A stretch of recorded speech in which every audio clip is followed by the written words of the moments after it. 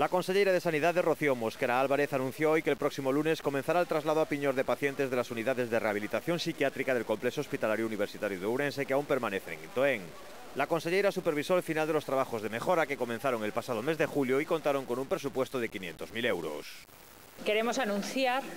hoxe aquí que a partir do luns, día 16, trasladaremos os pacientes que actualmente están en Toén para aquí, para Piñor.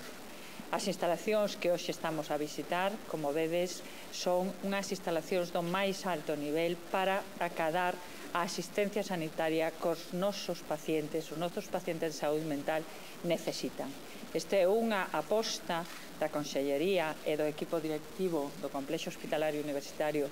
de Ourense para dar a mellor atención posible, a humanizar a atención aos pacientes de saúde mental. Tras las reformas en el edificio de Piñor continuarán desarrollándose las actividades del Servicio de Rehabilitación y Medicina Física, situada en la planta baja. Se mantendrá el primer piso como reserva para hospitalización en periodos de mayor demanda y se dedicarán la segunda y tercera planta para los 50 pacientes de salud mental. Esta mañana, durante la visita, la gerente del área sanitaria de Ourense, Eloína Núñez, se refirió a las críticas vertidas por los sindicatos sobre la masificación en urgencias y la presencia de enfermos en lugares no habilitados para ellos.